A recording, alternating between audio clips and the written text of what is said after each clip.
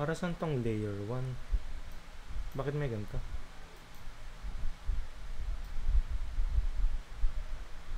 Para saan to? Delete. So, ba't nawala yung mga parts dito? Bakante.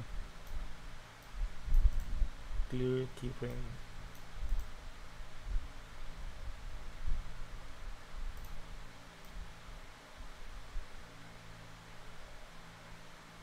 Ano to? Ha? Bakit pumitik? Magkaibang symbol? C arm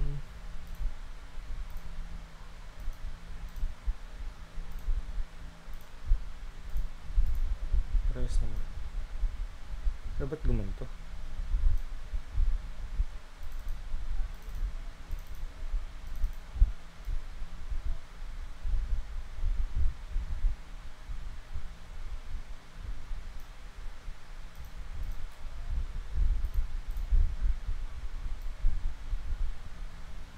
Binago mo yung pivot.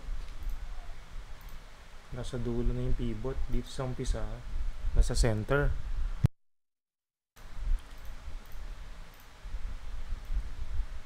Kaya merong ganong changes.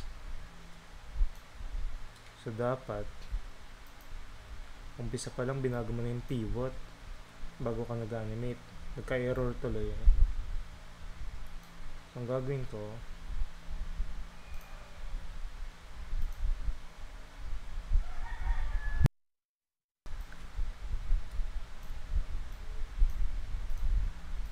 duplicate ko itong mga arm na nasa katawan na yung pivot.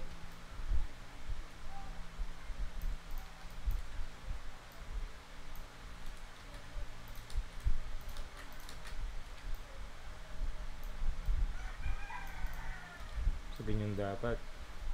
Problema, dapat walang motion dito. Dapat pause muna. Dito, mag-start yung motion. So, duplicate ko to dito. So, dito, walang motion. Dito pa lang mag-start. Kaso, ba't ang daming pose nito?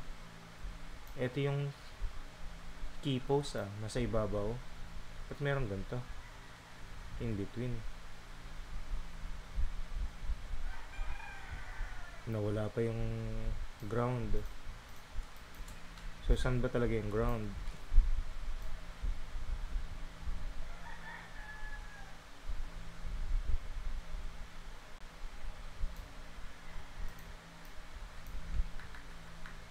Ito na pala gayahin ko sa pose. Itong set na to. Dito. So, yan yung ground.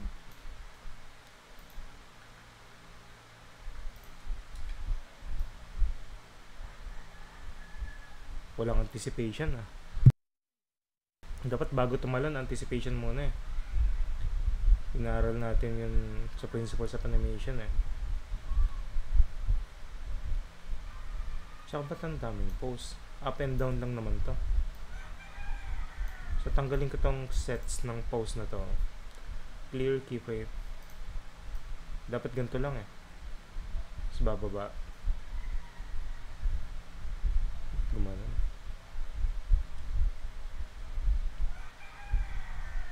So, anticipation muna. Naka-diin yung alt. Do-duplicate ko dito. Dinrag ko para ma-duplicate. Anticipation ay pababa.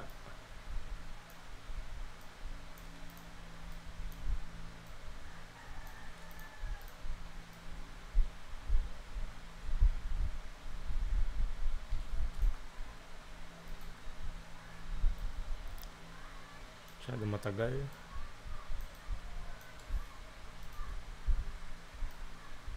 Walang ease in, ease out Ease out. Ease in.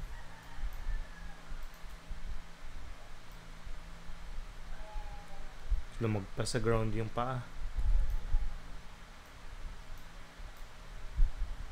Dito pwede ka nang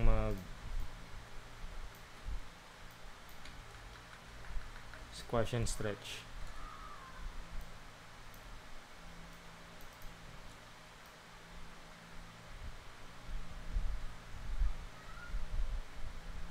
Ito siguro yan, no? Tanggalin ko na to.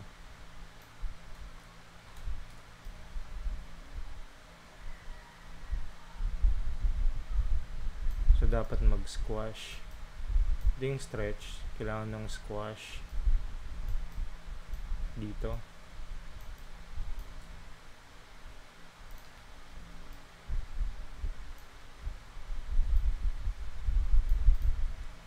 Paa. Dapat ganito na. Naka-flat.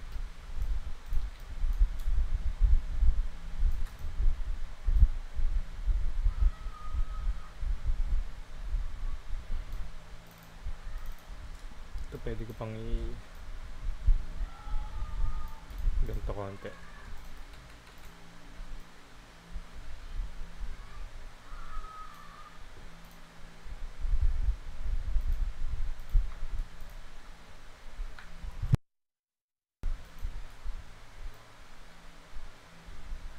Ba't siya gumanto? Tumalon ulit? Ang weird. Dapat kasi dalawang pose lang to. Isang nasa baba, isang nasa ere. Tapos balik sa baba. Ba't ang daming keyframe dito?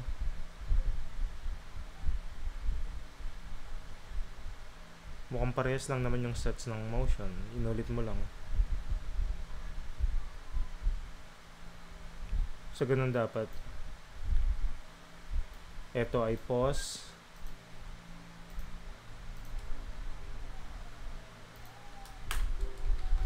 Pause.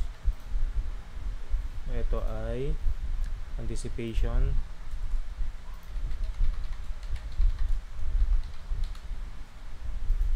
Yung key pose.